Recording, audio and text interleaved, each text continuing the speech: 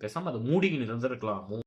இன்னைக்கு எதை பத்தி பார்க்க போறோம் அப்படின்னு பார்த்தீங்கன்னா, என்னை பத்தி தான் பார்க்க போறோம். என்னை பத்தி என்ன அப்படின்னா, நான் எடுத்த டெசிஷன்ஸ்.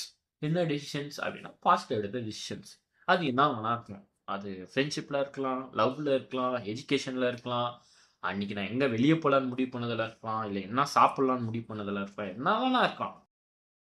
அது என்னன்னா, ஒரு டெசிஷன் வந்து எடுக்கிறோம்.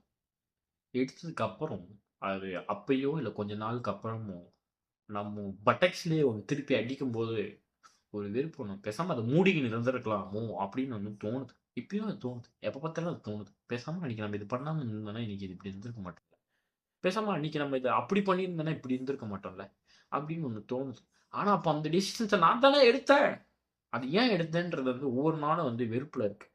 ஃபஸ்ட்டு ஒரு டெசிஷன் எடுக்கணும், தப்பாக போதா மறுபடியும் ஒரு டெசிஷன் எடுக்கணும் அதுக்காக. ஆனால் அந்த டெசிஷனும் தப்பாக போகுது அப்படின்னும் போது வந்து கொஞ்சம் வெறுப்பாக இருக்கும். பட் ஆக மொத்தம் நம்மளுக்கு பின்னாடி அடி நிச்சயம். அது மட்டும் உண்மைங்க.